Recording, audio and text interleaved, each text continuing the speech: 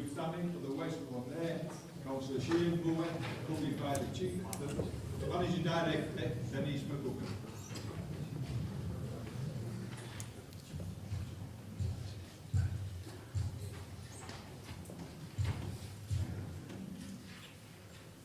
Thank you. Please be seated.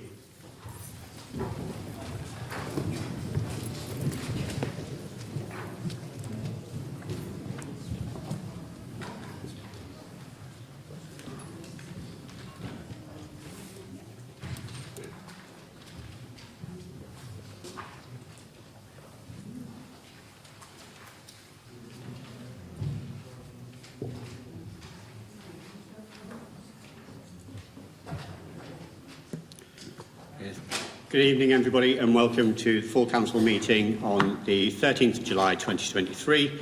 May I just start with any apologies from absent members? Thank you, Chair. Notification has been received of apologies from Councillors Reeve, Sharp and Ashton. Are there any other apologies?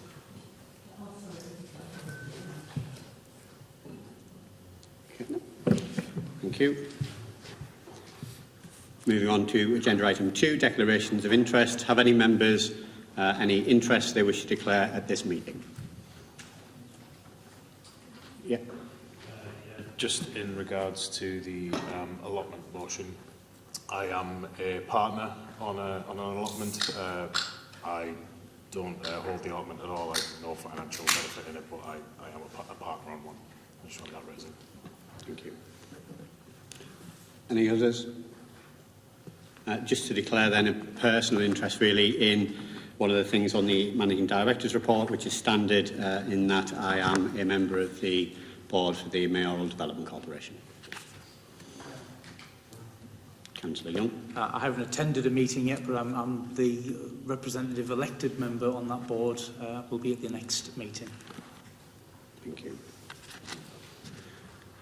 There's no business required by statute to be done before any other business, and so agenda item 4 is to approve the minutes of the meeting held on, we'll start with the 23rd of March 2023 and annual council held on the 16th of May. Are there any questions or comments? Well, questions, sorry. Oh no? I apologise. We're approving the minutes at this point. We'll ask questions afterwards. Are we happy with the minutes? Can we approve those? Thank you. And then also for the extraordinary council meeting on the 23rd of July, that was abandoned, are we? It is, yeah. Thanks. It would have been helpful if I actually just brought my glasses, to be honest, Councillor Harrison. Yeah. Okay, are we all happy to approve that as well? Thank you. Okay, any questions on agenda item 5? Councillor Brash. Thank you, Chair.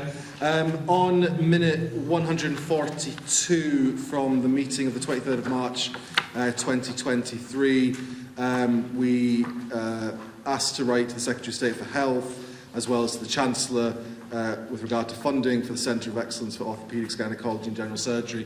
I was with the Chief Executive of the NHS Trust this week, and I know the money's not yet forthcoming. Have we had a response? I haven't received any responses so far, Councillor Brash. Thank you. Any other questions? Thanks. There are no items under agenda item 6.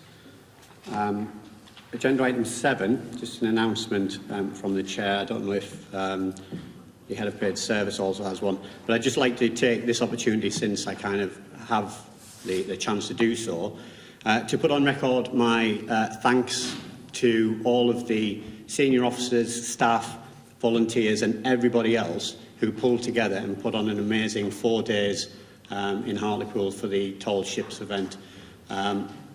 I think anybody who attended really enjoyed themselves, really put Hartlepool on the map for all of the right reasons, and some of the statistics that are coming through are amazing. The feedback from visitors, whether they were from Hartlepool or further afield, was really, really good. So for me, just thank you to everybody from the bottom of my heart, because it was amazing. Councillor Young. I'll give way to Councillor Harrison. Sorry. Thanks, Councillor Young, and thanks, Chair. I'd just like to echo what Shane has just said. It was a fantastic event. The whole 4 days was filled with music, entertainment, the ships themselves. It was just absolutely fantastic. And yes, our congratulations from this, from our group, on a very, very good job, well done. And I know a lot of people worked very, very hard for this, but I think we all worked quite hard over the weekend. I don't think I've walked as far in a long time, but it was well worth it. It was really fantastic, so thank you.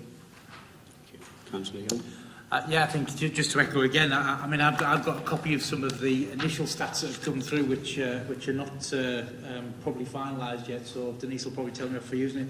But just on the Royal Navy front, the museum there, they had 42,000 visits in 4 days. Their annual is usually 63,000. So that gives you some indication of the number of visitors that were coming in. We don't have all the figures just yet for everything, but they'll come over the next couple of weeks.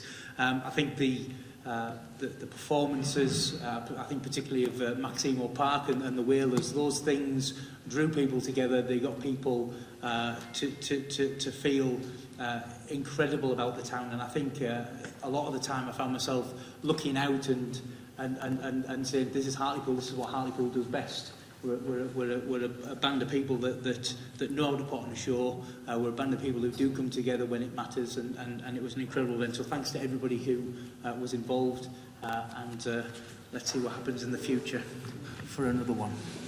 Thank you. Councillor Nicholson. I just wanted to say more or less the same to Denise, and all the councillors and all the volunteers. It were a fantastic job they all did. And they all worked together, and there was people everywhere to ask all sorts of things, and it was like a big party. There was a buzz, and it was like a big party. And to go down on Sunday morning and watch all those ships going out, it was absolutely emotional, and you've nailed it. You've done a good job. Thank you. There are nothing on agenda item 8. Item 9 is the report from the Constitution Committee presented by the Monitoring Officer, Hayley Martin. Thank you, Mr Mayor. This report is from the Constitution Committee, which met on the 26th of June. The Constitution Committee considered a number of issues that had been raised for the annual review of the Constitution. The committee were joined by members of the Planning Committee to consider the Planning Code of Practice, and the committee also considered other issues, including the introduction of debate in relation to public questions, the timing of council meetings being changed to 7 p.m, vyment between directorates, asking that be approved by Finance and Policy Committee rather than full council. The recommendations of the committee are set out within the report, and members are asked to consider them. Thank you. Any questions or comments on this report from members? None? Okay. Just asked to move to the recommendations then. Is there any dissent from the recommendations? I'll ask first of all. No? Makes life easy. It's approved. Mr Mayor, sorry, if I could just add that the recommendation as well is that I'm authorised to make the necessary trade changes following them, which any change to the council procedure will need to stand deferred to the following meeting. Yeah. So we'll make sure that we do that. Thank you. Thank you. Okay, the second report under item 9 is the Child and Family Poverty Investigation final report. I'll invite Councillor Brash. Thank you, Chair. Before I talk about the detail of the report, I think it's absolutely right that all members are aware that this was the product of the previous committee under the previous chairmanship of former Councillor Rob Cook. I extended an invitation to Rob to come tonight to see the final act, as it were, of this report. He informed Joan that he was having a long lunch and didn't think it would be a good idea for him to attend this evening, so more power to his Oliver for that. I don't intend to go through the whole report, Chair, but I would like to highlight a few things for members. If you haven't had a chance to read the report cover to cover, can I please absolutely encourage you to do so, because it is utterly damning. 7.6 of the report, in some parts of our town, in excess of 50% of the children there are living in poverty. To look across a school playground and think that 1 in 2 of the people you're looking at go home and live in poverty is something that I think we should all be, well, frankly, ashamed of. As is detailed in 7.5 of the report, the increase in Hartlepool has been the second highest in the northeast of England over the last 5 years. It has risen 10.4% compared to nationally, where it's gone up 2%. Once again, communities like ours paying more than other parts of the country. And it is worth also pointing out, as the report details, it's not exclusively about people who are out of work. The report makes extremely clear this is affecting families both in and out of work. The report highlights that our focus is far too much on firefighting rather than looking at long-term solutions. I don't think the report intends that to be a criticism of anybody locally, but reflects the incredibly limited resources that we have as a council and with our partners, thanks to many of the years of cuts that we've seen. 7.8 suggests, and it's probably worth noting this given a motion that's on the agenda later tonight, 7.8 makes the point that there is a direct causal link between child poverty and becoming a looked-after child. And some of the points that are raised in the motion that's been put forward by members opposite is undeniably linked to what we have seen here. The report expects us to move to a socio-economic duty, 8.5, public bodies to adopt transparent and effective measures to address the inequalities that result from differences in occupation, education, place in residence or social class. I think this speaks really to the thrust of the report and something that my colleague Councillor Wallace made when it came to the committee recently. Assessments of the impact of what we do on child poverty, and I know that members across the chamber and officers agree with this, cannot be a tick box exercise. It has to be the starting point. It has to be how will the policy that we are going to develop, whether it's the budget or anything else, how can it effectively lower child poverty?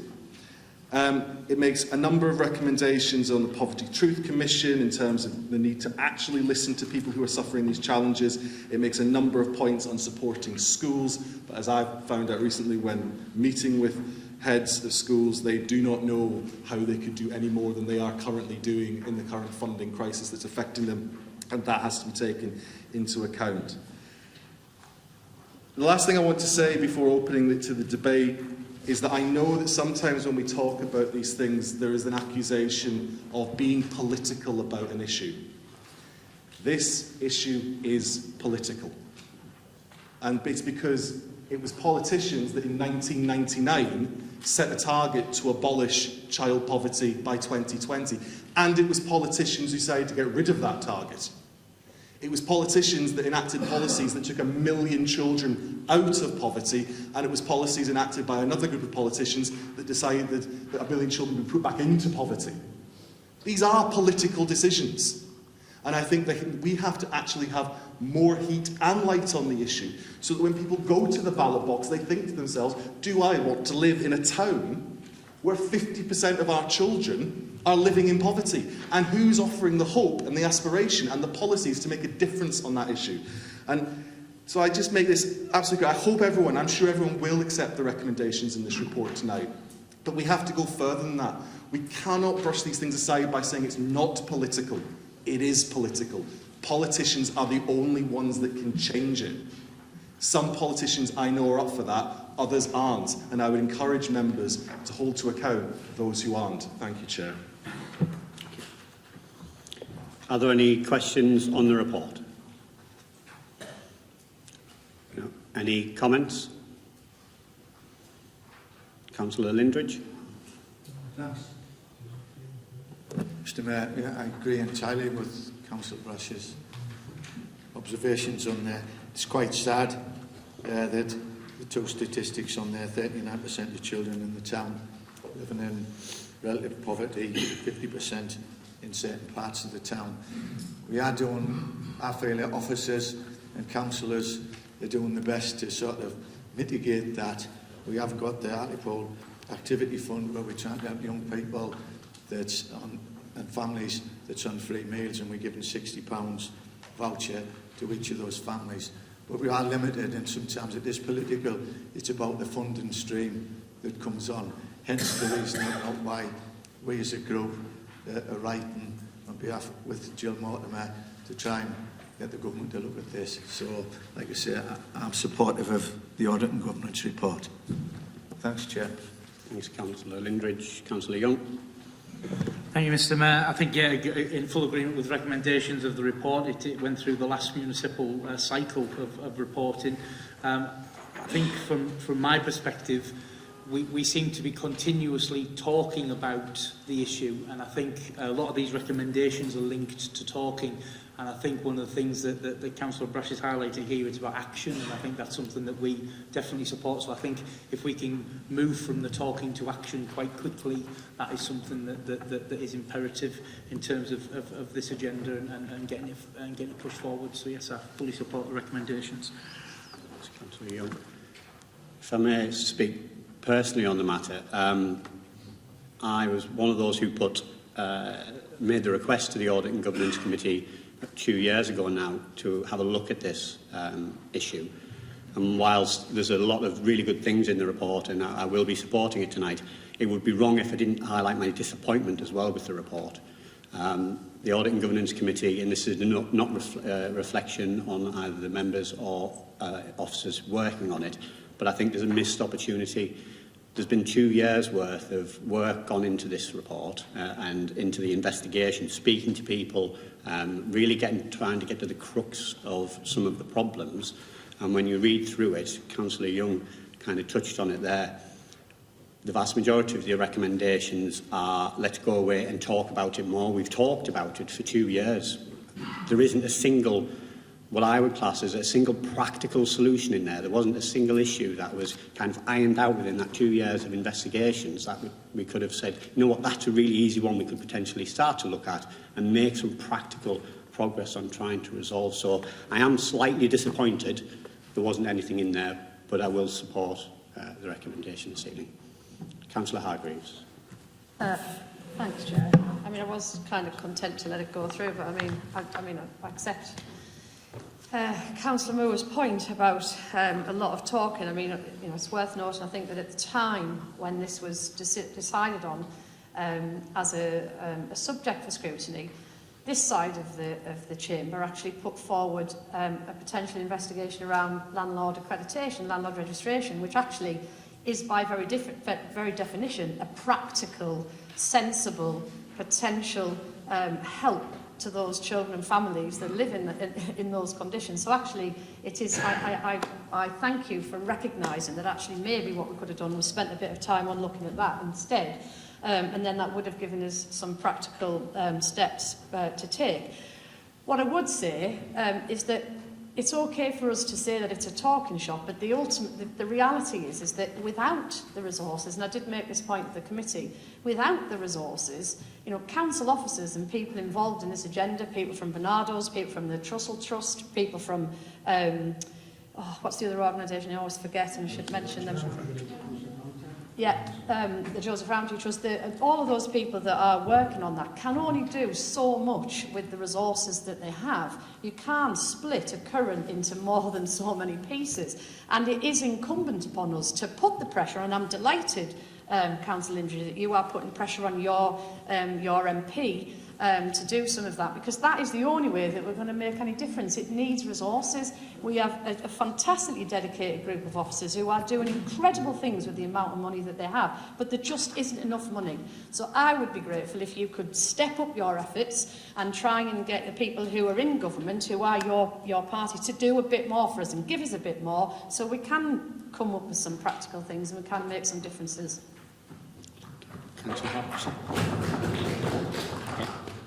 Thank you. Okay, thanks very much. Any further questions or comments then? Okay. We'll go to the recommendations in the report. I'm assuming, though I might be wrong, there is no dissent from the recommendations? No? Okay. It's agreed. So there are no items on 10 or 11, so we'll move on to agenda item 12, and there are 3 motions. I'll just state at this point, before we move on to the first motion, I would remind you all of the council procedure rules in respect to speaking once during the debate and the length of speeches. The mover of a motion or an amendment, the mover of a motion or an amendment has 5 minutes, and any other speeches must not exceed 3 minutes. So motion 1, and they are considered in the order in which they were received, is the one from the Labour Group in relation to allotments. Who's Councillor Creevy? Yeah, hi. So allotments are the lifeblood for people within our community. We know that food costs are increasing exponentially, and the ability to grow your own food or rear chickens for your own eggs is increasingly popular. We're in the middle of an absolute cost of living crisis, and council tax has risen again by 5%, while inflation is around 8.7%. But for many allotmenteers, it's not about food security. They are not just used to grow, but to socialise and keep mobile and healthy. Gardening is good for you, and allotment gardening offers additional benefits that help to combat loneliness and reduce costs to the NHS.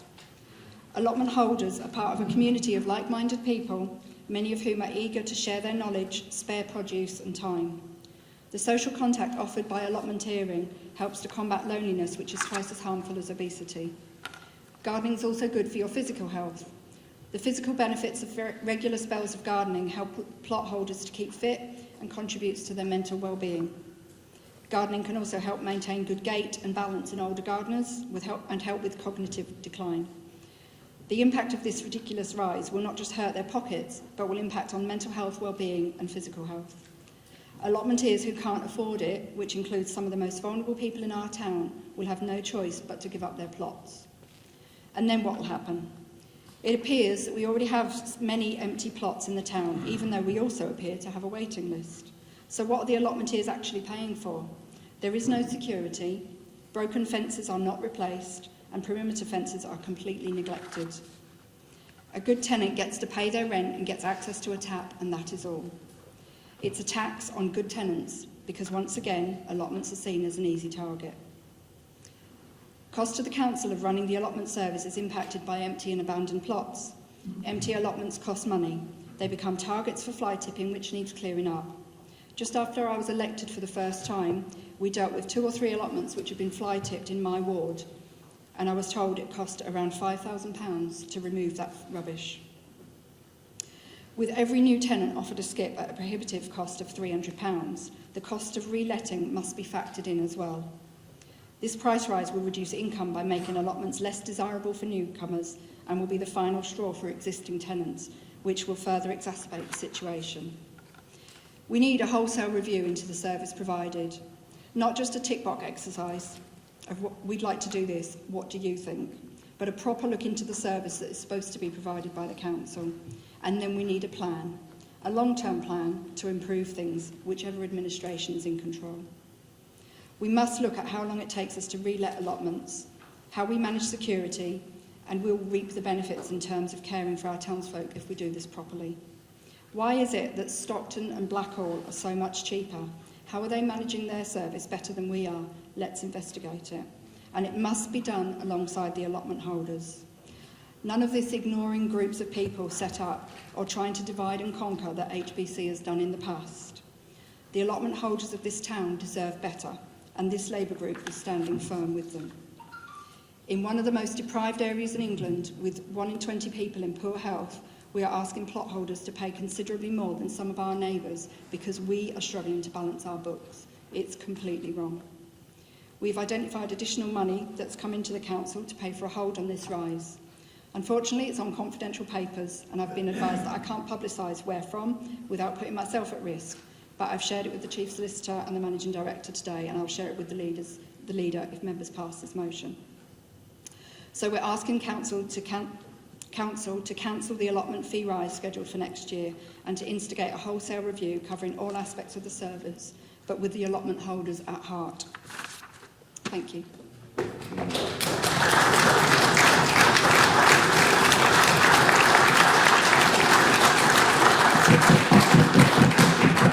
Councillor Harrison. Thanks, Chair. So I'm seconding this motion. I think I've been on the council for about 7 to 8 years, and it wasn't long after I'd come on that a certain ward member who is here tonight brought an allotment issue to our attention. And since then, I've learnt an awful lot from him and from others about allotments and allotment holders. And I think that what I want from this motion is to make allotment holders feel more confident about the future, because this has been brought to council on a number of occasions in those years, and it must be very upsetting and worrying that each time, you know, we're having to fight against the flow, as it were. So I'm hoping that it does give a bit more confidence to you, and that it actually creates a more sustainable future for allotment holders. And the other thing that I'd like to say is that there's an association of allotment holders, or more than one, in fact, who do a very good job. You can see they're not there to cause trouble.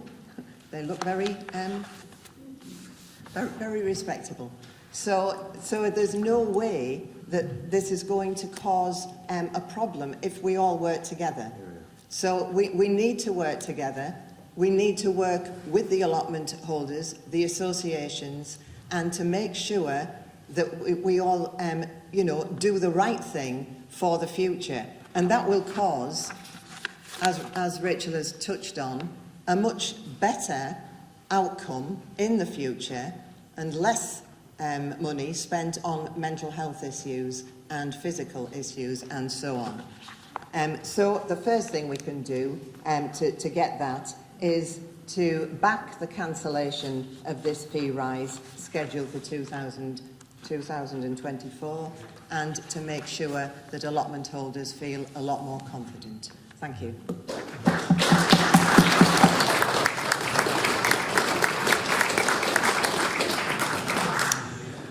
Thank you, Mr Mayor. I'd like to call for an adjournment, if somebody could second that, please, because I'd like to know the information that Councillor Creevy is relating. I think we would like to know what information that is. Hang on, Killing. So I guess an adjournment isn't necessarily...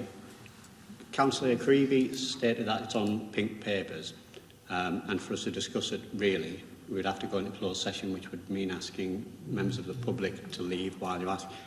Although, for the benefit of members of the public, I think what's been asked tonight is, Councillor Creevy there, you've just asked all members, and this is not political, it's stating the fact, you've just asked all members to make a financial decision without giving the information. So I think while I'm reluctant to kick every member of the public out to then bring them back in, you're asking them to make a financial decision without them being fully appraised of the facts, if that makes sense. Yeah, Denise.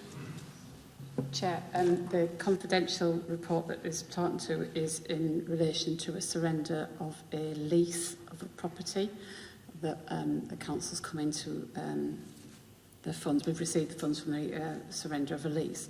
However, what I would say is that money has been taken into account for the future budget profiles of the council, and therefore we'd need to go away and have a full conversation and look at what that would mean to the financial situation of the council.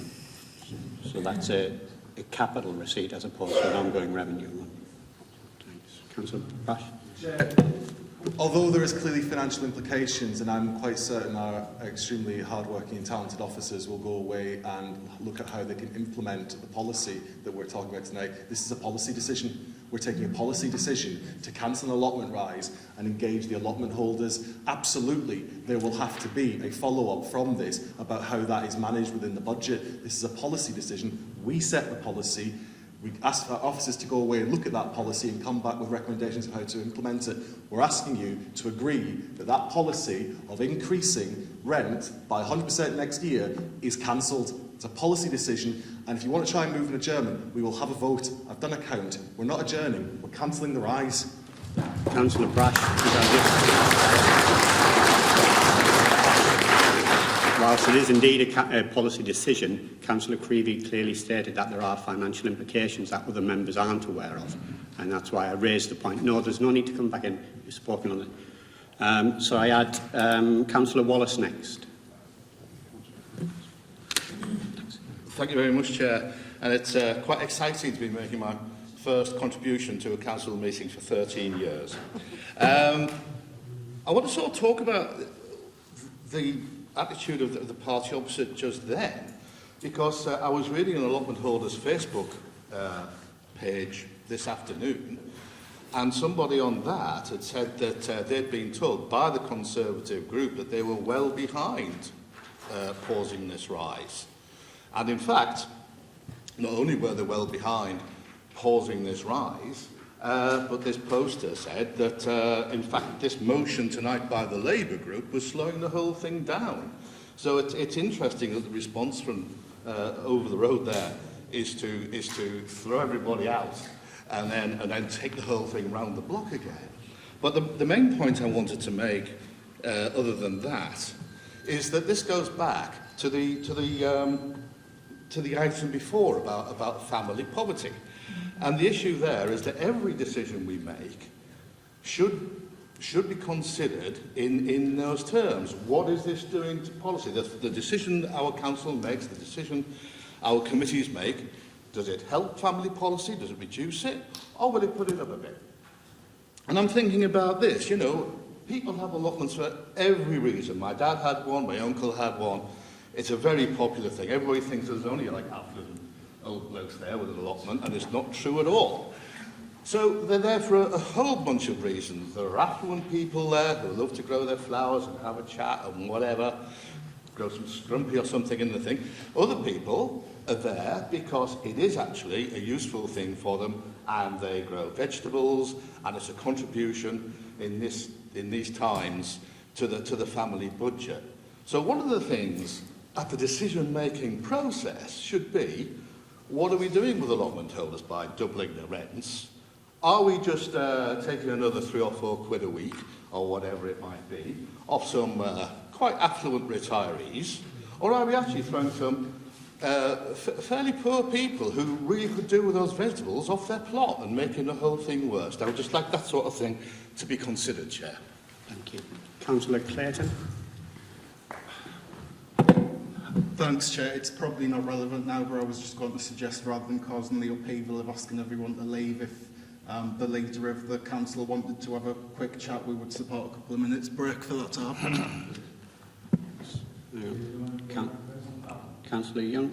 Yeah, I think the Conservative that they were talking about was myself. I'd had a conversation with some members of the Allotment Association. The conversation, however, was slightly different. We were looking at and working on the finances, and obviously Councillor Creevy has mentioned something that I don't feel like I was aware of, so that's why I called the adjournment. I think with all things considered, I think we're in a position where we are obviously supportive of activities that promote leisure and mental health support. We have dealt with this since December 21, I think it is. It was the first time that this was brought forward. And I think we're dealing with financial decisions that affect not just allotment holders with the greatest of respect, but it affects social care, it affects adults, and it affects children. So any decision that we're making based on policy, as Councillor Brash says, doesn't just have a policy impact on yourselves, it has a policy effect on kids who are in care, it has a policy effect on adults who need services and support. So the reason I'm taking that quite seriously is because one policy change will have an impact on other areas of the council.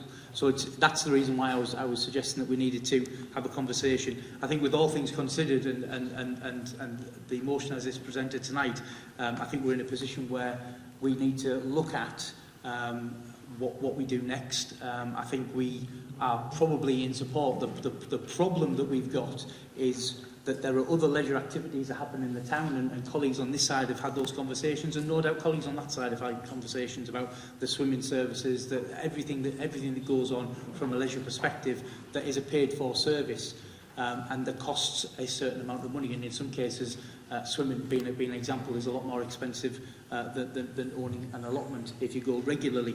So in this situation, I think we are at a point where I would much prefer and be more comfortable to be able to assess the finances based on the fact that we are looking at the amount of savings that we are looking at. I think from my perspective, and I can only speak for myself, nobody's been whipped on this side on this particular item, but I personally will support the motion. Councillor Lindridge.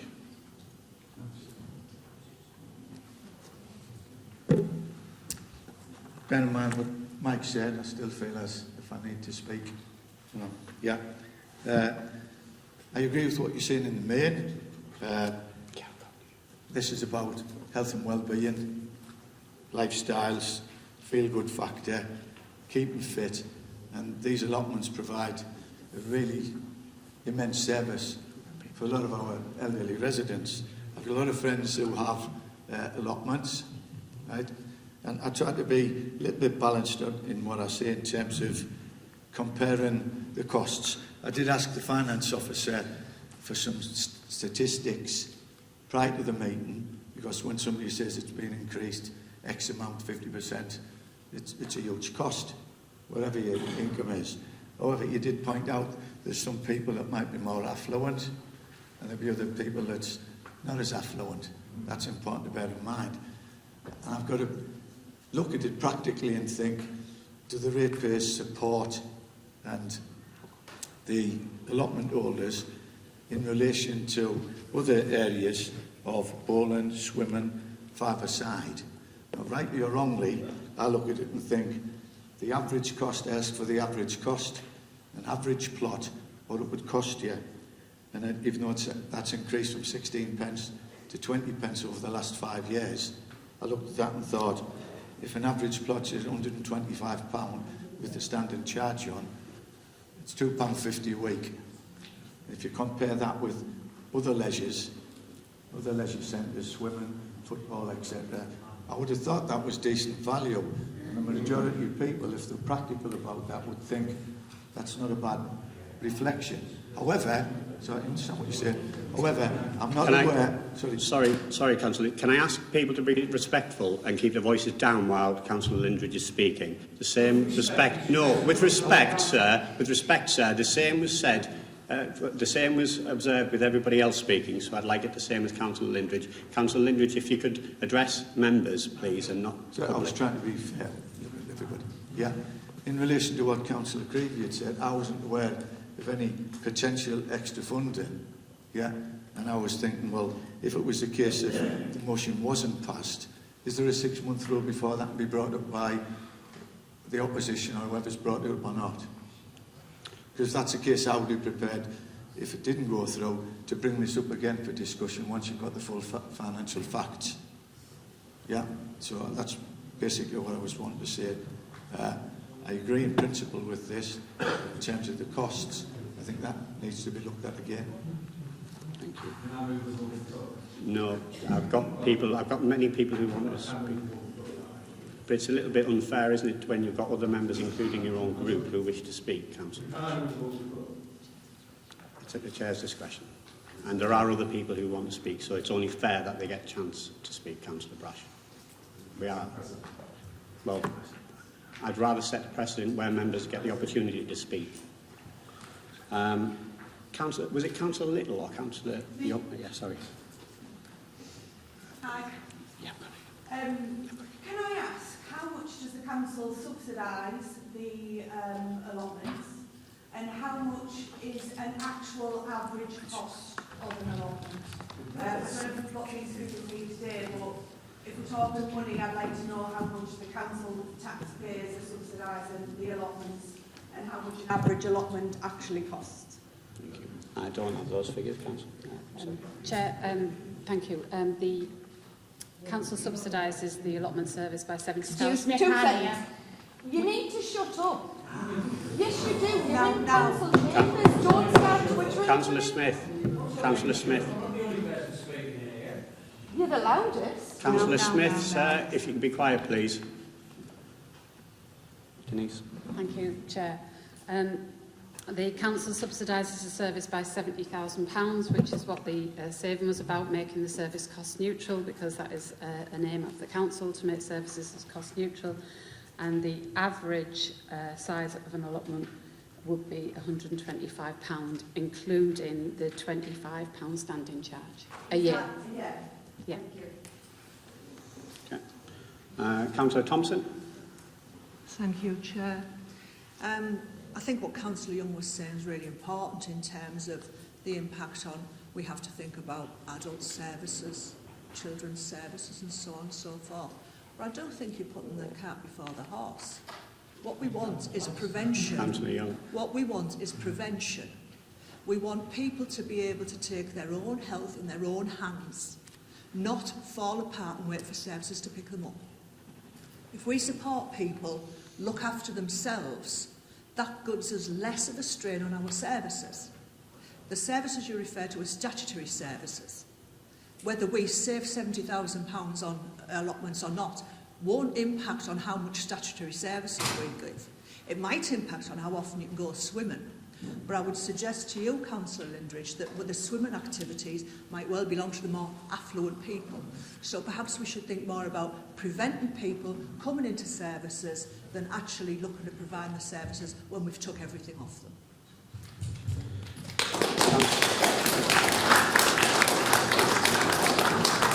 Councillor Boddy. Thank you, Mr. Mayor. You just addressed the council and suggested on the report from the Ordinance of Government that you were disappointed that there was no indications, suggestions or proposals for action. The Labour group has put forward a proposal for action, which is to cancel the allotment increases. I think the benefits of allotments have been mentioned by many people, and there are a whole range of them. So I won't reiterate that because it'll be pointless. But it seems to me that there's a vote needs to be taken tonight, and we need to take it as soon as possible and not spend endless hours talking about the allotments. We know what the answer should be, and it should be the cancellation of the rises to the allotment holders, because the allotment holders and their families and communities are just that, a community of people. And we are attacking one of the fundamentals of our town, which is the communities. So my proposal is put it to the vote now, and I hope I have a seconder, and we can get on with the rest of the agenda.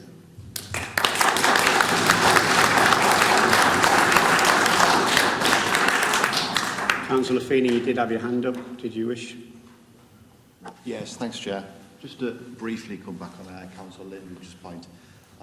The allotment holders have seen rises of up to 100%. This isn't comparable to other services like bowling and swimming. I think the increase is obviously grossly unfair.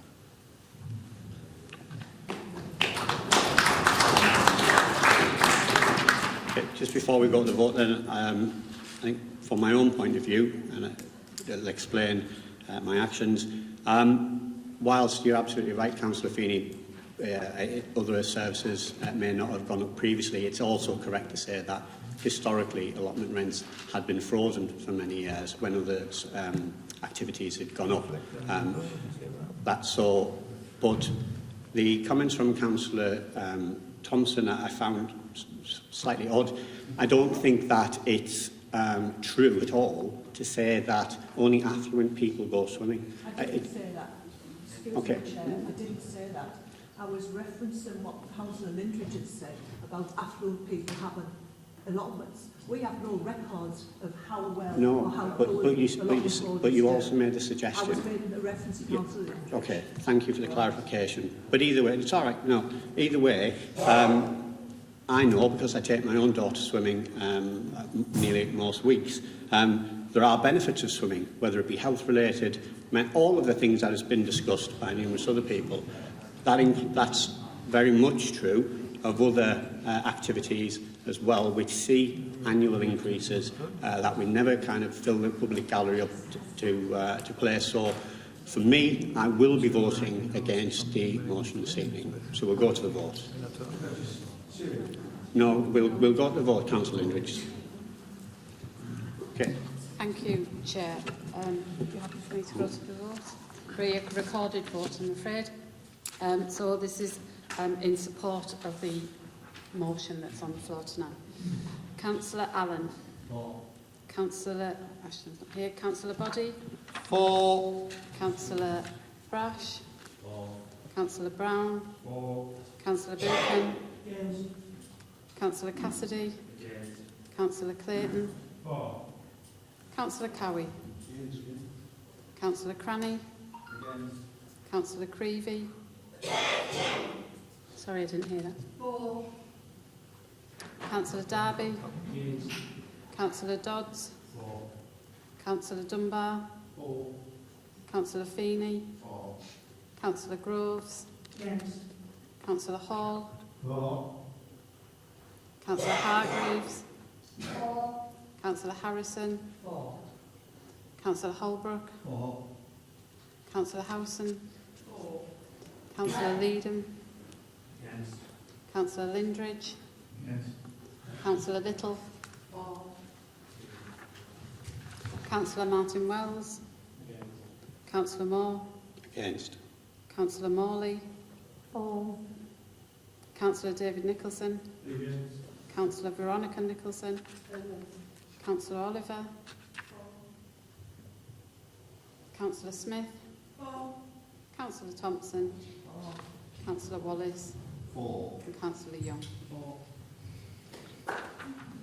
Thank you very much, members. We'll now move on to the second Hang on, motion. I just need to give sorry, you a vote. I do Sorry. apologise.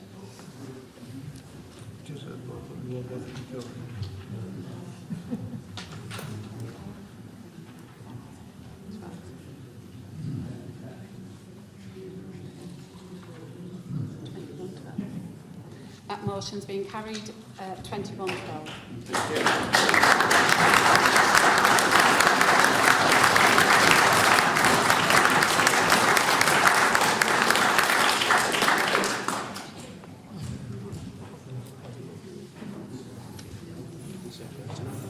Okay, moving on to the second motion, placement precious children in care. I've got Councillor Young to speak first. Thank you very much, Mr Mayor. Excuse me, can people just be a little bit quiet as they...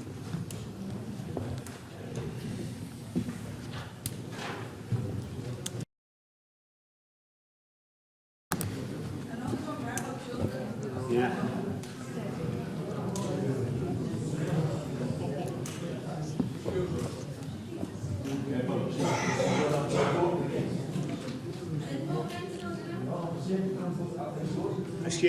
Excuse me.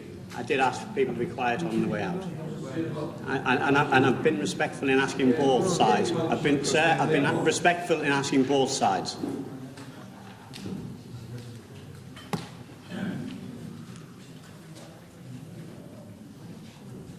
Okay, Councillor Young.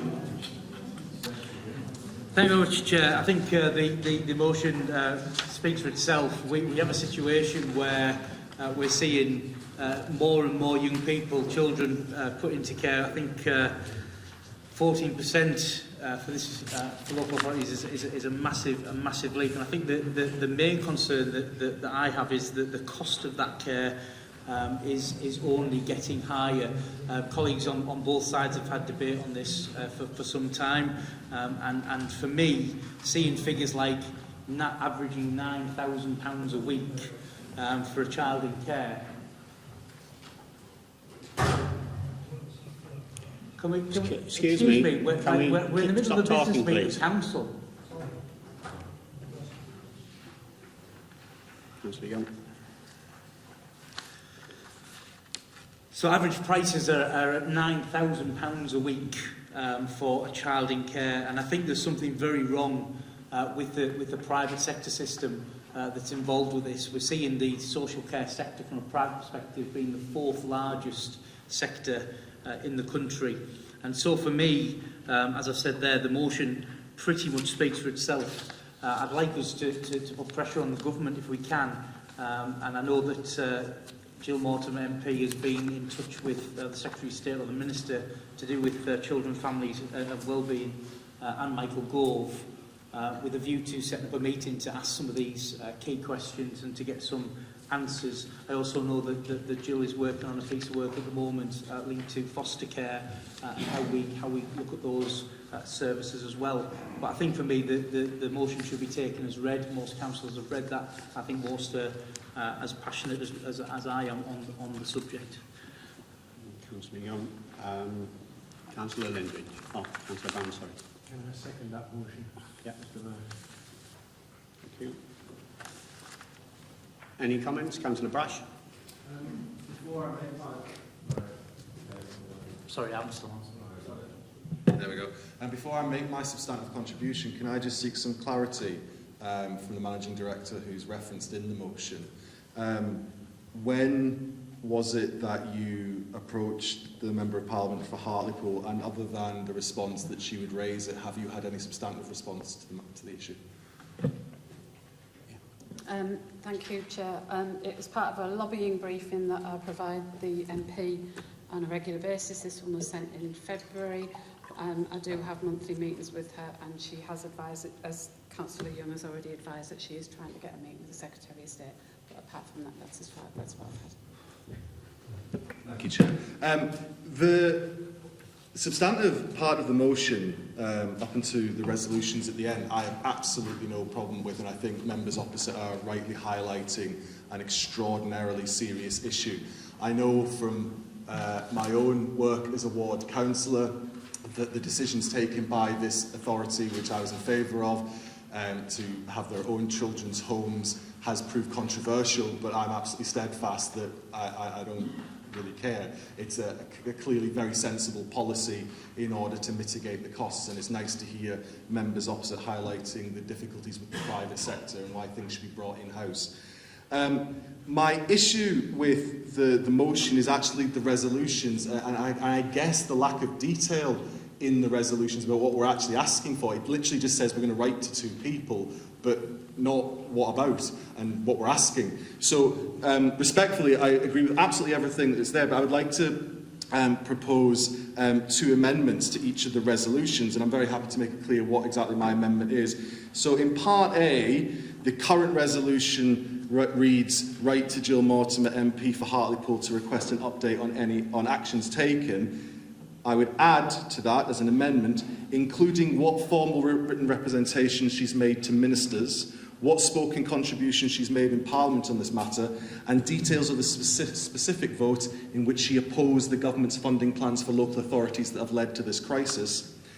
And on Part B, write to Claire Coutinho MP, Minister for Children, Families and Wellbeing, Michael Gove MP, Secretary of State for Levelling Up Housing and Communities, to include an outline of the significant increase in demand, the significant increase in cost, the failure of this government to support these vulnerable children, the dramatic increase in child poverty in our town as a contributory factor generally, as highlighted by our Audit and Governance Committee, and to demand that legislation is brought forward to fix this poorly regulated sector, as acknowledged by the motion, and that funding to local authorities is increased to take account of the demand and costs that have gone up so much. Councillor Brash, can I just... I'm happy to say it now. No. Well, I was just about to ask for that specific thing. If you've got it in writing, can you just provide it? Councillor Creevy? Yeah, thank you. Okay, we'll move to the vote on the amendment then. Is there any dissent on the amendment? No. Okay. So we now have to vote on this substantive motion. Yeah. Well, I was just about to ask if there were any other comments first before we move to the vote. None? Okay, we'll move then to the new substantive motion. It's up to council if they want a recorded vote, but I can ask if there's any dissent. I don't think there's any need for a recorded vote, is there? Is there any dissent? We record it as unanimous, Mr. Chair. We can. That's a good idea, Councillor Body. Okay. We will then move on to motion 3. So let me just come forward. It's a Labour motion on blue badges. Yeah. Who's speaking first on this? Councillor Clayton? Thanks, Chair. First of all, I'd just like to start off giving a brief summary of the background to this. As we all know, Blue Badge parking became chargeable in April last year and was mitigated by the fact that the Tees Valley Combined Authority were funding 3 hours free for everyone at that time. That funding ended in February this year, which has obviously resulted in the situation we've got at the moment.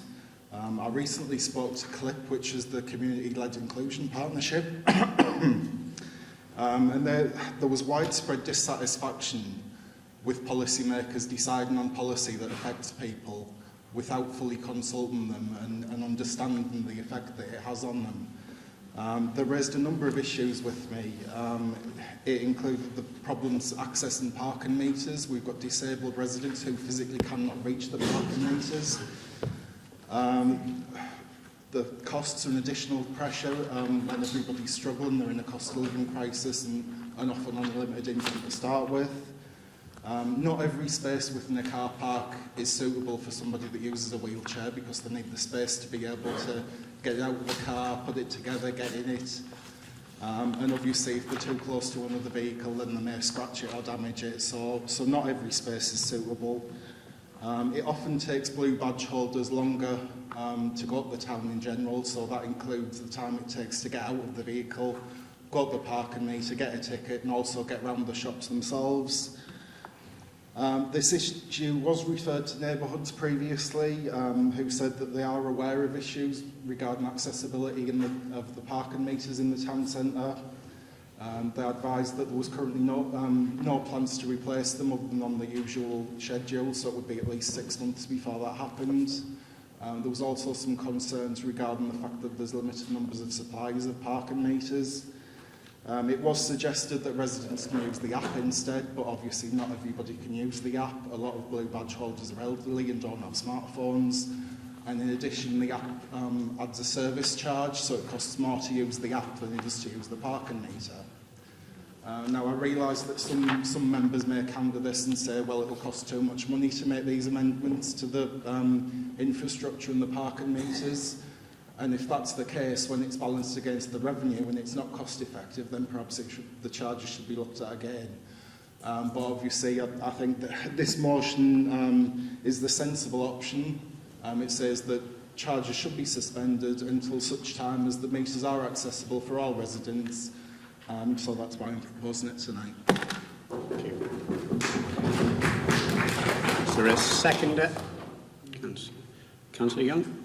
Thank you, Chair. I think the review has been carried out by Neighbourhood Services, as far as I'm aware, and out of the 60 pay and display meters that we've got, 5 require amendments. So I think that work is probably going to be starting around August time. So those 5 meters that are not accessible will be repaired or replaced at that point.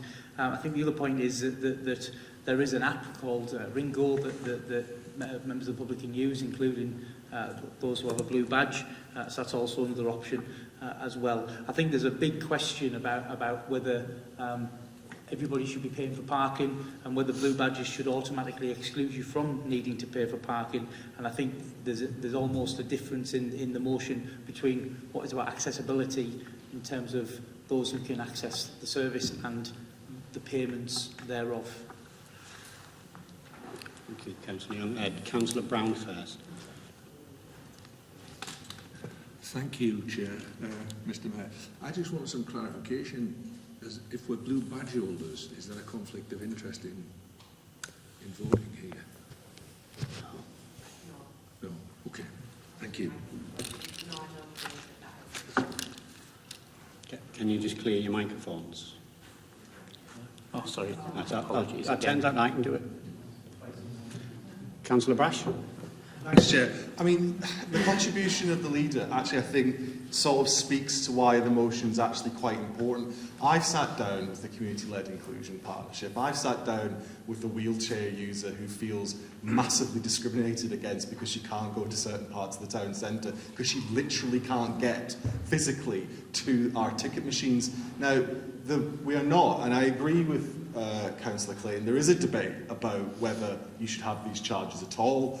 But that's not what our motion is saying. We're not saying cancel the charges, we're saying suspend it until such time you actually talked to the people it's affecting and made suitable remedies to deal with it. This is sensible policy making. Quite how we introduced a policy without actually checking whether all the ticket machines were accessible and without actually talking to the disabled community about some of the challenges. I will never know. But what we are saying is let's do it now.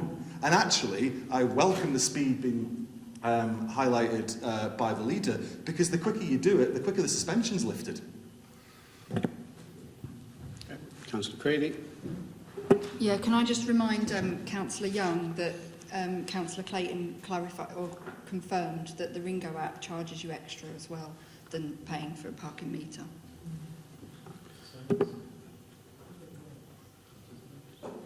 Councillor Wallace. That was quick. It's sort of a question about the 5 metres alluded to, which are not accessible. And I'm just wondering, A, where they are, and are they the metres that disabled people will have to get to? And I'm just thinking, when I park there, there's nothing more annoying than you go over to, with your pound or your, however much it costs now, to find it's out of order. There's a little sign saying, go to the meter, and the other meter's bloody miles away. And so that can, you know, it's annoying to me, but I don't have a blue badge and I can walk to the next meter.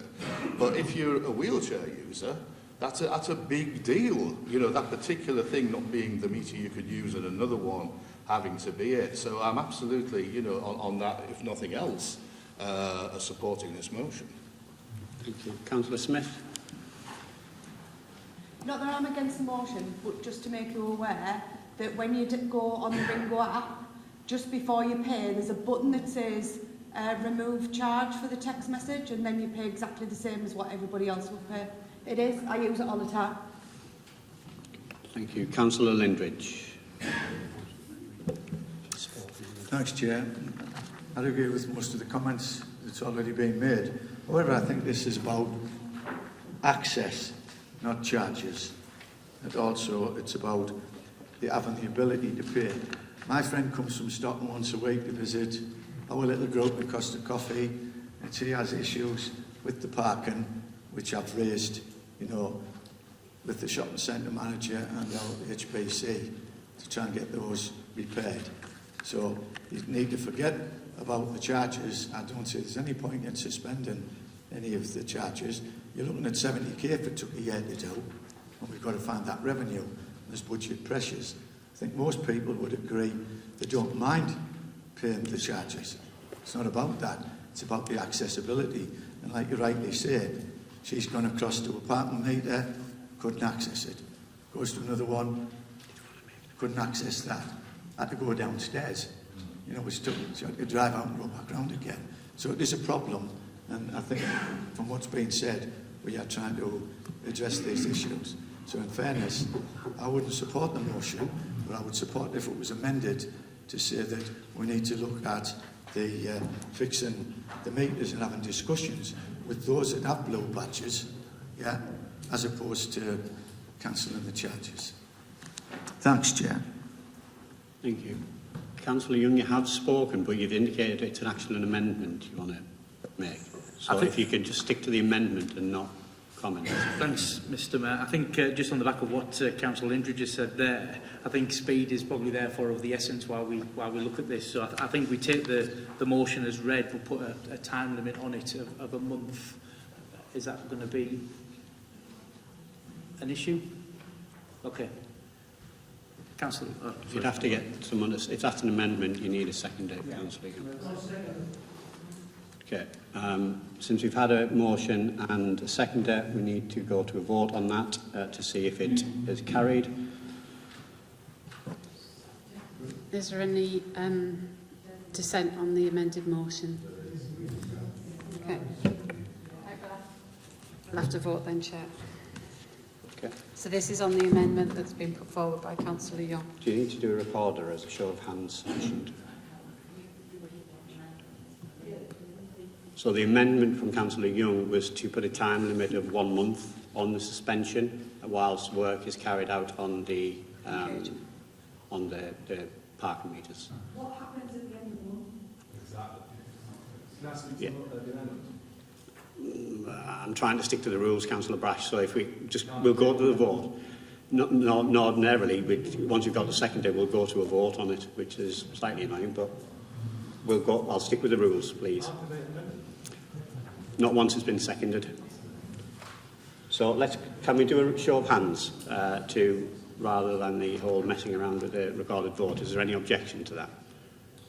No? Okay. Show of hands. All those in favour of the amendment from Councillor Young? So do you want me to clarify what the amendment is? So I believe the amendment... I know, I can tell, so.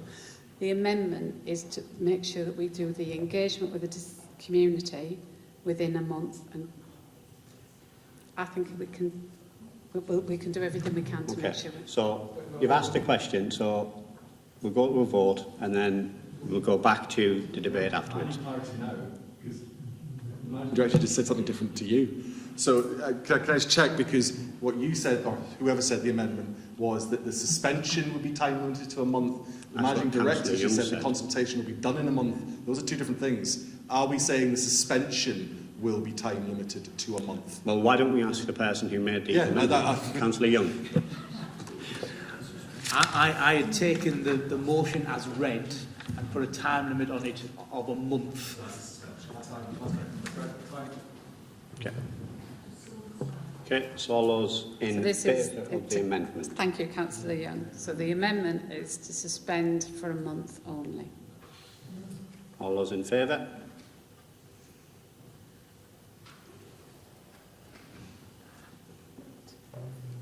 So that's 13, I think. 13.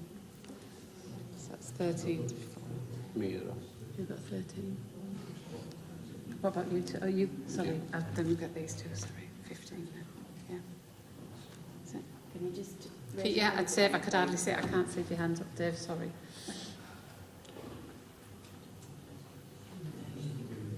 $13 including the top table. Okay. All those against? So that's 20.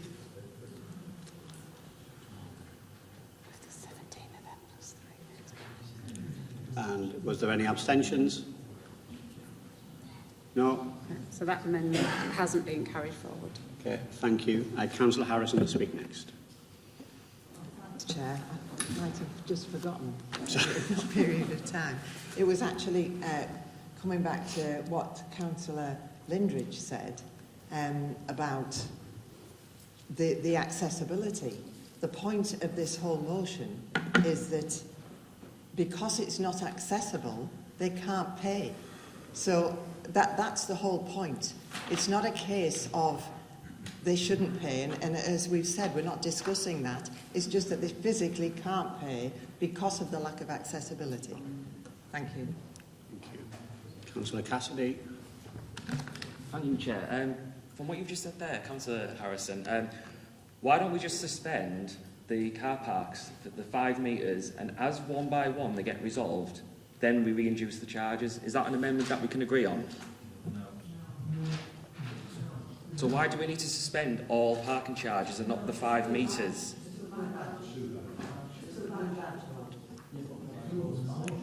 $5 metres with the blue badges. Councillor Little. Thank you, Chair. I would like to see if people would like a working group. We've done them previously for disabled transport. I don't know whether it's going to work or not. I think the month timescale was too short for me to vote on that. To do that kind of work, to make them accessible to what for all, a month was not long enough for me. So we can either think again and think 3 months, because I think that because you've come into holiday period. I know. But I know, sorry, but I just think a month was a little bit too short because we're coming to the holiday period and we're not being realistic. So I propose that we go for at least suspend Blue Badge parking for 3 months to cover the holiday period and that work. Yes. Do we have any second there? I'll second that. So, no, I'm not Councillor Batch. So, clarification, can you just sum up what the amendment is? So it's for, you'd like to suspend Oh, fancy. I can't even get my name out sometimes. Right. To suspend Blue Badge payments for 3 months while work's getting carried out to make everything accessible for Blue Badges.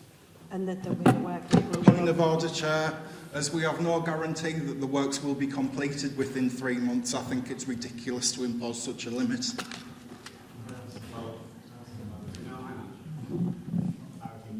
Well, I think, no, I was going to say, can I offer some clarity? I'm happy to sit down if you don't want me to. We are not going to agree to a timescale, so you can put as many amendments as you like. I suggest we just go as with the motion as is.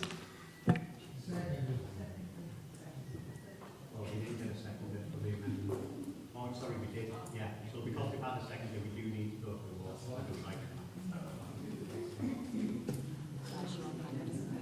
all those in favour of the amendment put forward by Councillor Little, raise your hands.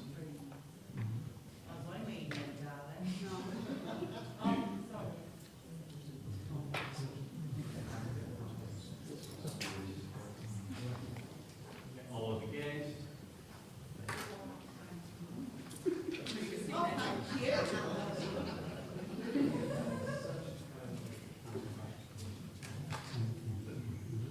Any abstentions?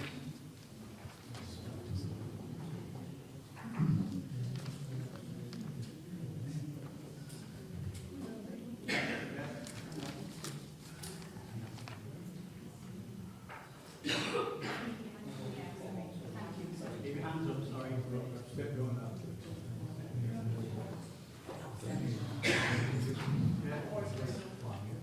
That motion is not carried. I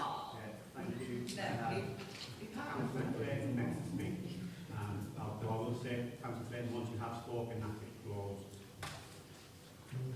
Thanks, Chair. I mean, obviously, we're calling on the parking charges to be suspended until such time as a meaningful consultation has taken place with the disabled residents and any access alterations and amendments that need to be completed are done so.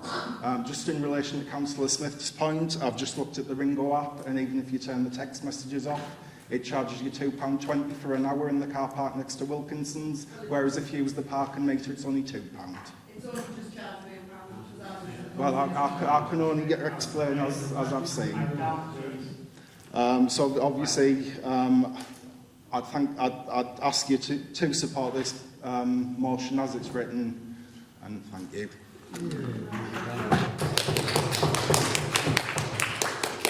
Thank you. We need to go to a vote then.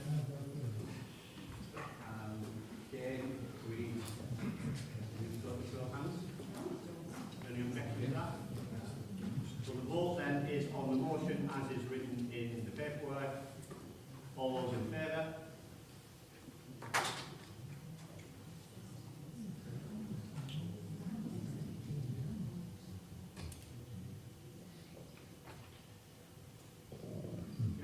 All those against?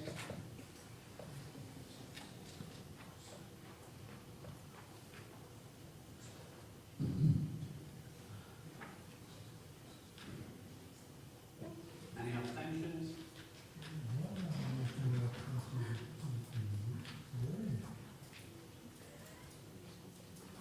The motion is carried. Thank you.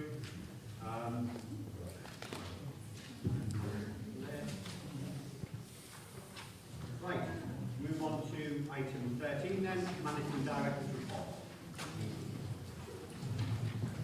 Thank you, Chair. I'd also like to remind members there's a second report that came out as well for 2 items. Nominations are sought for a number of outside bodies as included in section 1 of my report. There are 4 groups and organisations. Are there any nominations from the floor? No? Any? Councillor Harrison? Can I just ask, I can't just find it, sorry. Was the fair trade in that? No, the fair yes, the fair trade town and steering so group is in. I'm happy to go on that. Thank you. Thank you. Are there any nominations for any of the other outstanding vacancies? No? Okay.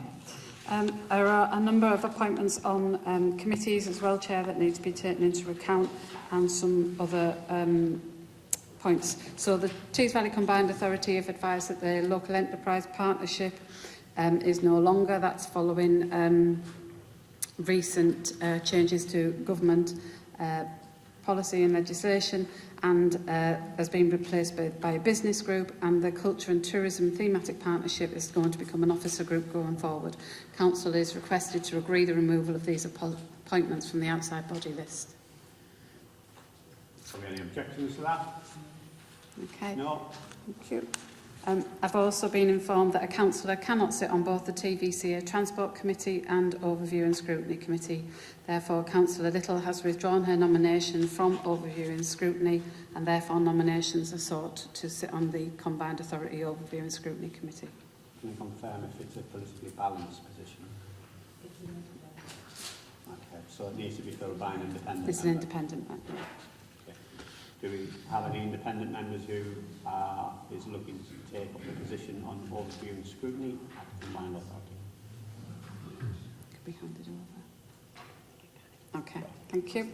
We'll have to carry that forward because it is politically balanced. Yep.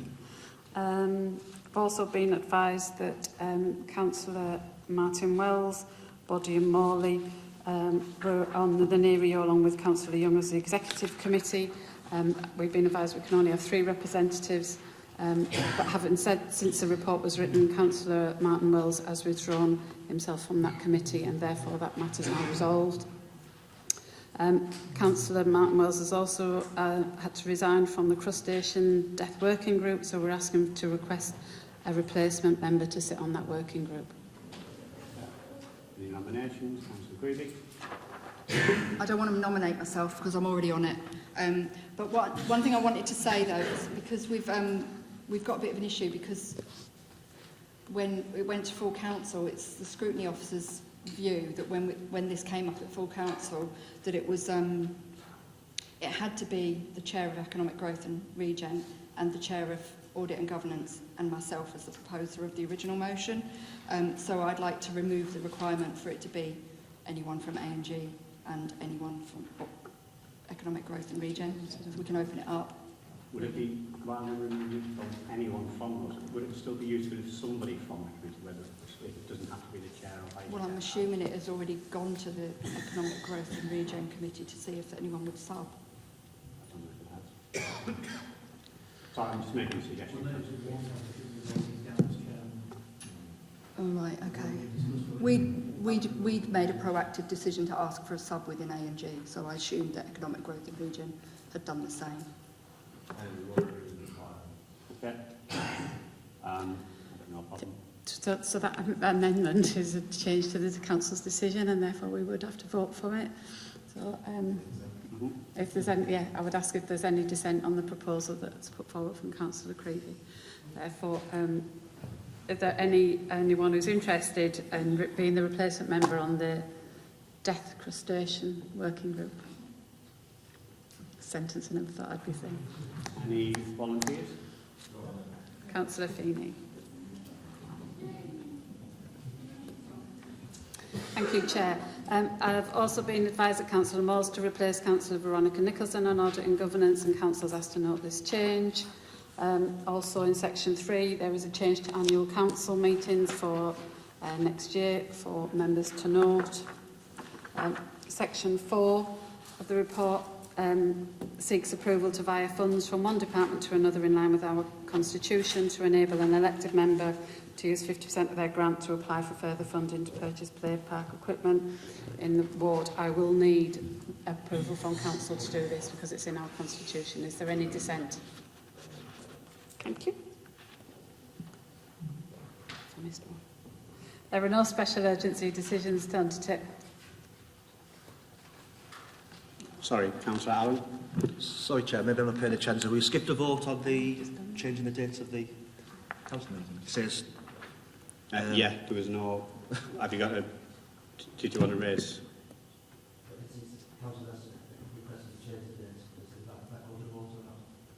No, it's just a note.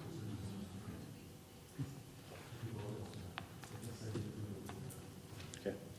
Is there any objection to the meeting being changed? No? Okay. Thank you.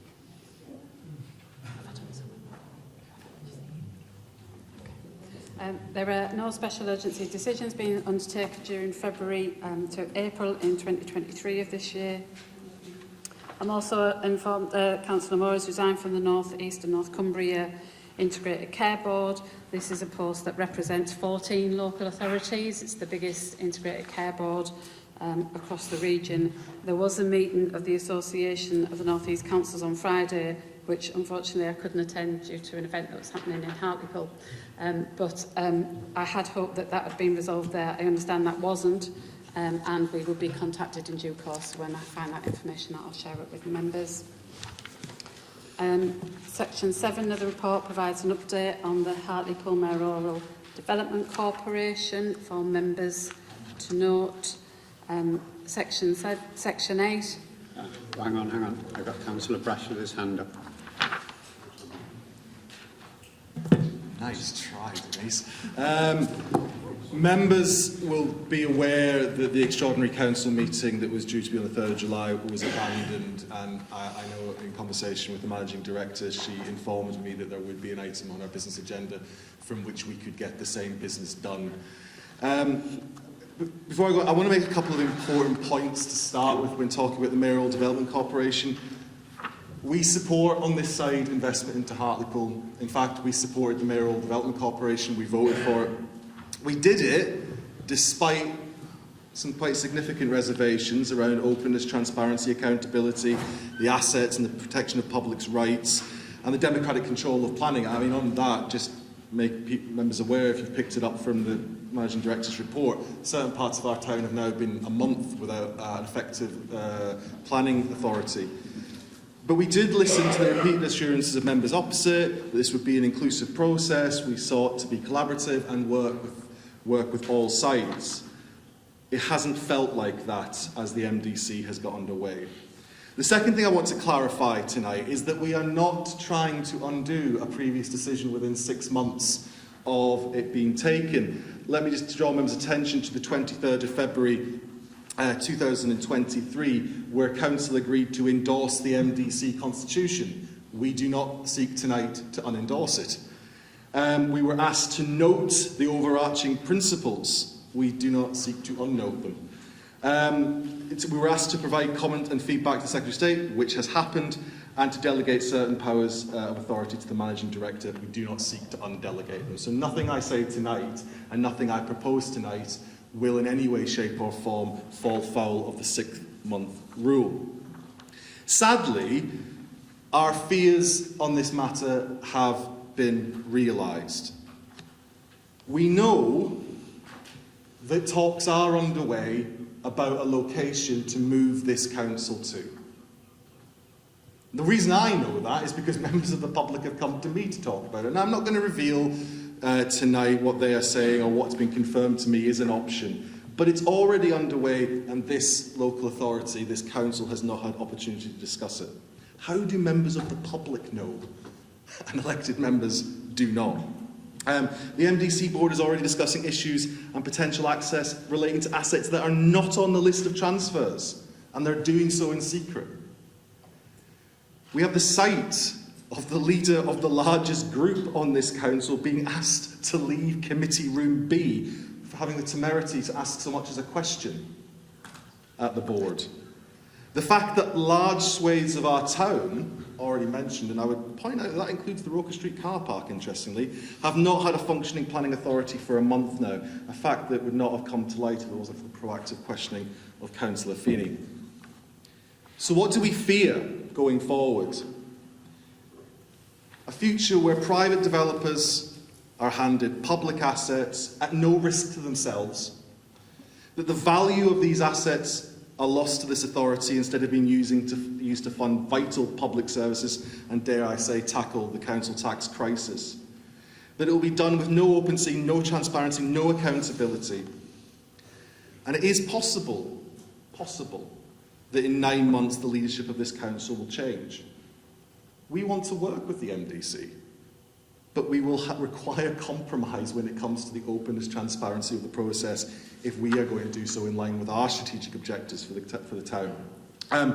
The Managing Director has a copy of a motion that I'm now going to move, or maybe on the desk in front, I don't know where it is, and I'm very happy for that to be handed out for members opposite so they can have it in black and white in front of them. But I would like to move tonight that this council resolves to write to the chair of the MDC board to request the following. On assets, that public assets, in full or a percentage thereof, previously owned by this council, will not be sold, transferred or let to any third party from the Hartlepool Development Corporation without the prior approval of this council. That any capital receipt from the sale of a public asset previously owned by the council be returned to the council to support its budget and the delivery of services that Hartlepool people so desperately need. And that any revenue by way of rent or other form generated by the public assets previously owned by the council be paid to the council to support its budget and delivery of services to Hartlepool people. Now, just on that moment, I'll pause. Nothing we have decided in the past has ever been about what happens to an asset after it leaves the HDC. We've only ever talked about transferring. On transparency, that the elected membership, currently represented by Councillor Mike Young, of the HDC board be altered to reflect the political balance of the council and therefore the will of Hartlepool people. And I would make a note to members opposite, should the leadership of this council change in 9 months' time, that part of the amendment guarantees Conservative membership on the HDC board, not Labour membership. And that the remit of Hartlepool Borough Council's Audit and Governance Committee be expanded to include responsibility for the scrutiny of the Hartlepool Development Corporation. And I would remind members again, opposite, if the leadership of this council changes, that would actually put the scrutiny function of the HDC in the hands of a committee led by the opposition of the Conservatives. So actually, in 9 months' time, those two particular parts of the motion might come in very handy to members opposite. The MDC constitution requires an elected member from Hartlepool Council to be present in order to make the board quorate. As we heard earlier tonight, that's currently Councillor Mike Young. Therefore, as a final resolution, the Council resolves to make attendance by our elected members at the MDC board contingent on these requests being met. I move the motion. I hope for a seconder. Thank you.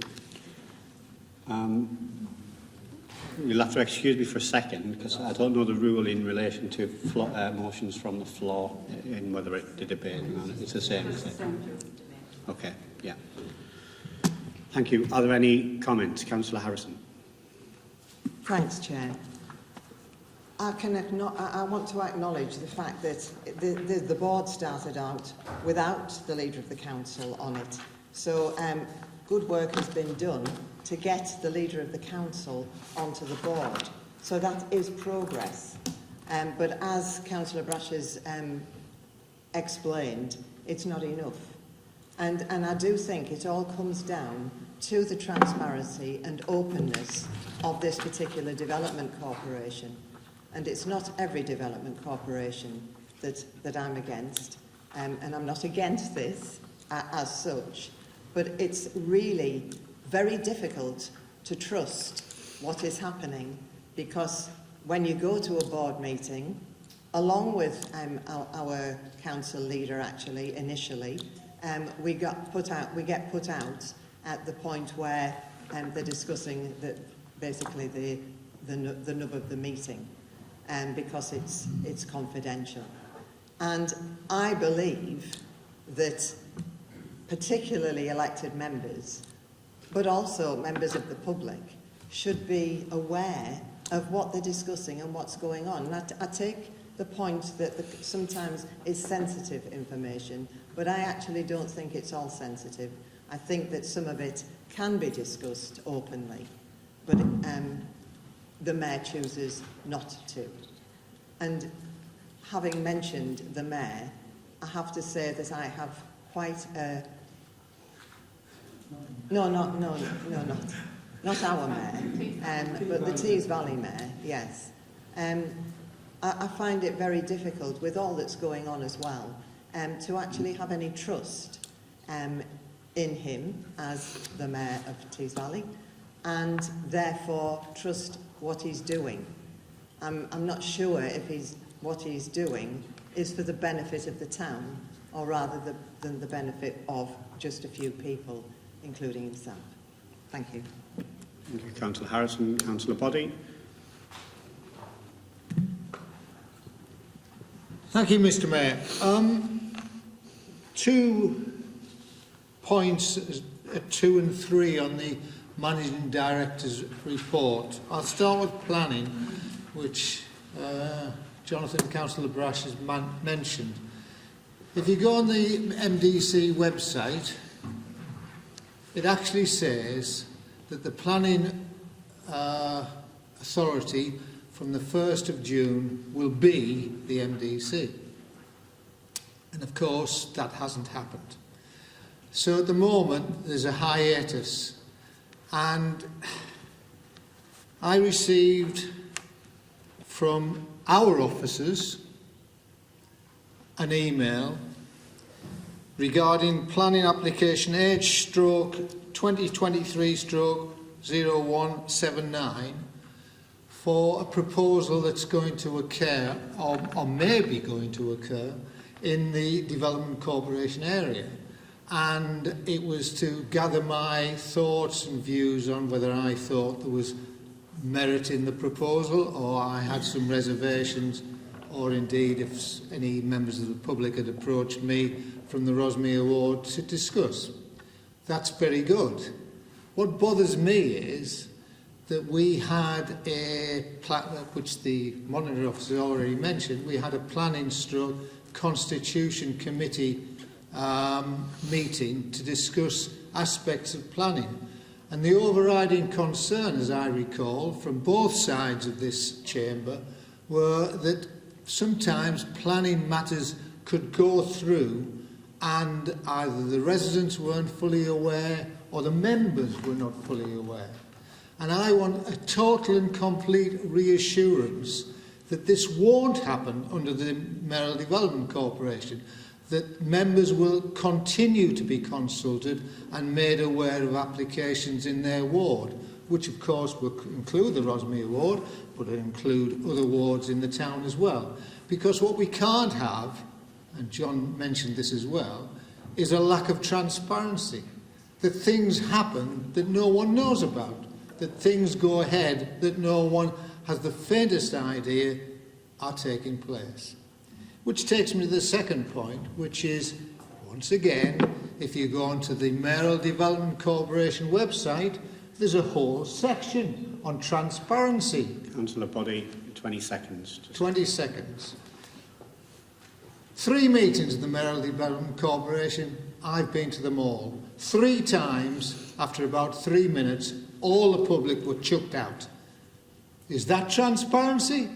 Is that really democratic action taking place? We didn't know what was on the agenda. We weren't told, and we were chucked out. Not good. Thank you. Councillor Oliver. Yeah, thank you. I'm also speaking tonight on behalf of some of the residents that are going to be residing within the HDC. And it's part of your report, Denise, actually, in section 2, around design codes. And I'm a bit perturbed because it says in the process of developing design codes. My understanding of design codes is part of the government's national policy and planning framework, and within that framework it strongly advises those local authorities, or MDCs as this is the case, with planning authority. There's 10 characteristics within that framework that it alludes to and asks development corporations to adhere to. I won't bore you with all the 10. There's some really substantial stuff in there: sustainability, taking into account the existing buildings and the history. But fundamentally, and this is why I'm speaking on behalf of the residents and who may have made it tonight, is actually consultation. And it says, the government says, that it strongly advises consultation with residents, businesses, the democratic process from the onset. That clearly hasn't been the case. And my question is, and Denise, you might be able to answer this, when is the consultation, meaningful consultation towards this process of regeneration that sounds a bit like it's on speed, supercharged, cutting red tape, and we need to take a breath, because this development does not need to be like the tea we had in the 80s with the Urban Development Corporation on the Marina, which left this local authority with a huge bill and huge problems. It wasn't sustainable. That was also a local authority planning that was taken away from us. Manchester MDC did choose Salford, chose not to hand over its planning powers. I don't know why we did. But however, my question is, we really need to bottom the consultation, because this is vital. And if we want transparency, you need to be taking the town along with you.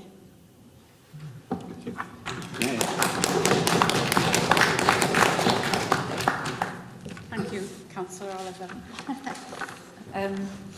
At the current moment in time, the board haven't received anything regarding the design codes, apart to say they are being developed. I will, however, take the views of council back to the Development Corporation Board and feed them into that process. As you know, I'm there as advisory, and that's the only position I hold. But it is a board decision, but I will feed that in. Councillor Hargreaves. Oh, thank you. Didn't realise it was a short list.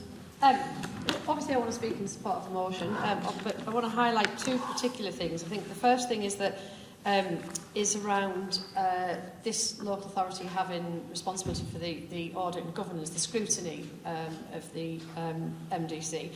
I mean, I think it's, it's interesting that we have the individual who's leading the body saying that they will appoint the person who scrutinises them. I mean, I don't know about you, but if I was going to pick somebody to scrutinise my actions, I'd probably pick somebody who wasn't going to look too hard or who was going to be quite friendly.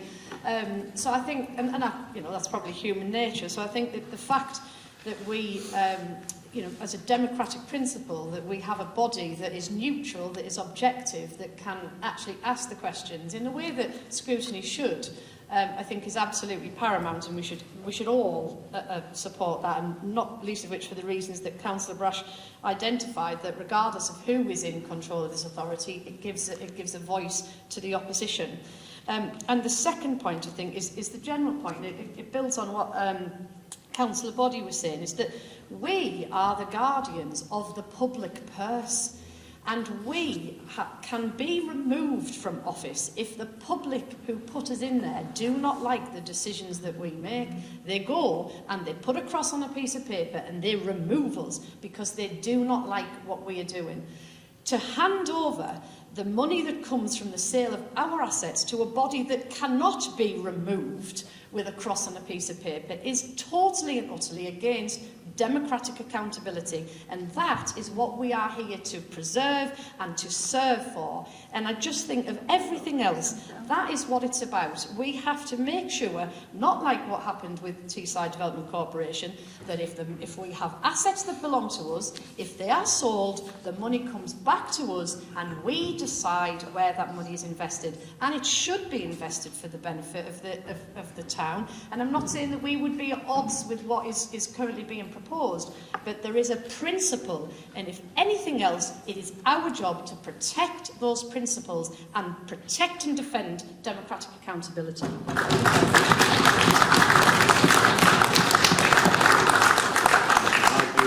Are there any other comments? You've already spoken, Councillor Oliver. Oh, yeah, sorry. Anybody? Okay, if I can just, I'm treading very carefully here because I'm trying to be an independent chair and not tread into the political debate. However, what I will say is there's been a number of statements that have been said this evening that aren't particularly correct. And so just to clarify one or 2 points. Councillor Brash, you did state that Councillor Harrison was asked to leave the meeting for asking a question. That wasn't correct. She was asked to leave the meeting once which is part of the constitution we agreed as a council, sorry, but Councillor Brash stated you were asked to leave because you asked a question, but that wasn't the case. And just in relation to some of the fears around the planning which has been mentioned, it's been mentioned twice now that there's no functioning planning authority. That isn't true. It was actually stated in one of the open sections of the meeting that between the Mayoral Development Corporation taking over, and I think it's the 1st of September, the functions will be carried out by Hartlepool Borough Council as was normal. So there is still a functioning planning authority, which is why, Councillor Body, you will have received some notification. So, a point of clarity on that, I have to say. My understanding is that the legal agreement to hand the powers back has not been completed. They were transferred on the 1st of June, and the legal agreement to transfer them back, and it says in the report... It's not been transferred. The Hartlepool Borough Council is acting as the planning authority on behalf of the managing director until the... I genuinely think you should... Well, you asked for clarity. I stated it, so I'm just giving you clarity on what I actually said. Yeah, that's fine, but I don't think there's a functioning planning authority in the MDC area. What do you think? What is different? Sorry, Denise? We are currently still negotiating the Memorandum of Undertaking, and at the current moment the planning authority does sit with the Mayoral Development Corporation, and as I say, they are in the process of transferring that back to us, but there were a few dots and crosses that need to be done, and we hope to get that concluded.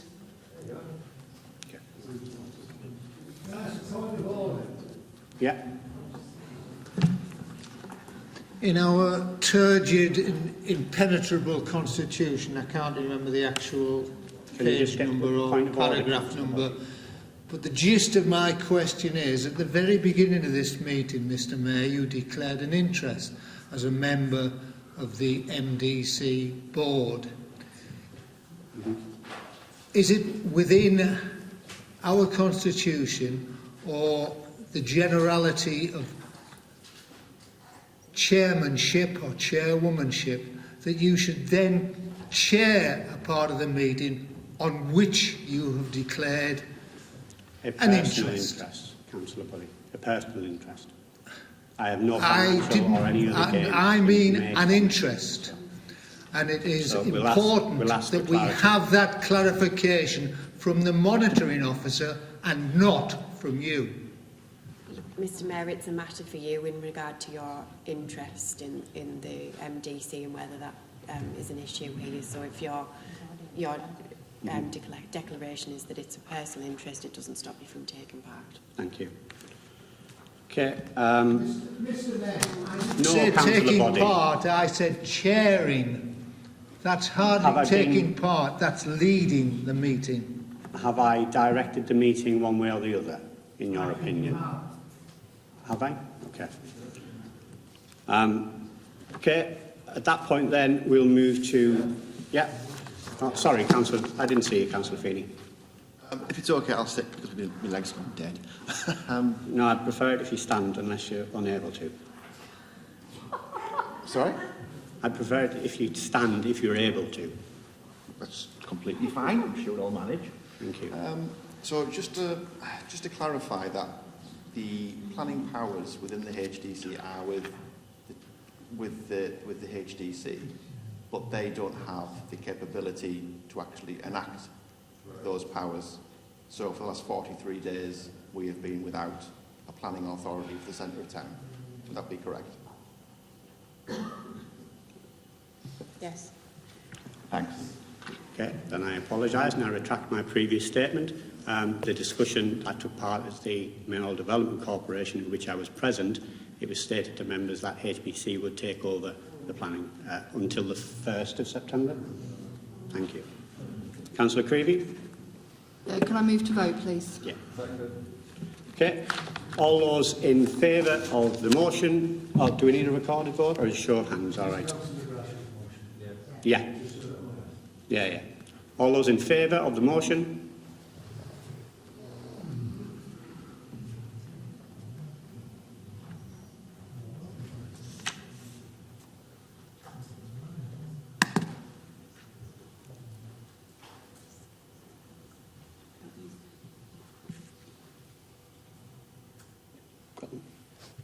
All those against?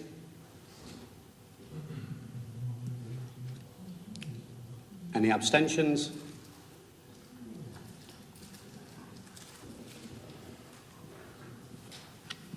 Okay, that motion has been carried. Would you like to continue, Denise?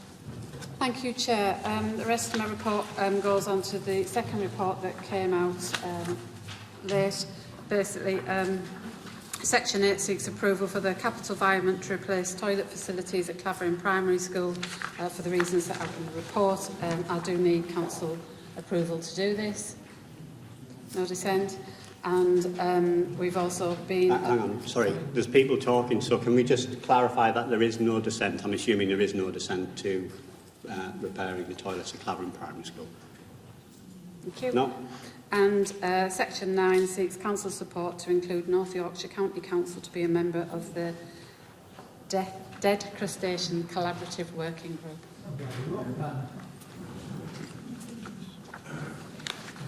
Any objection? Okay, thank you. So no public questions have been received under agenda item 14. Are there any questions under agenda item 15A? Questions to the Chair about recent decisions at committees and forums? Without notice. Any questions?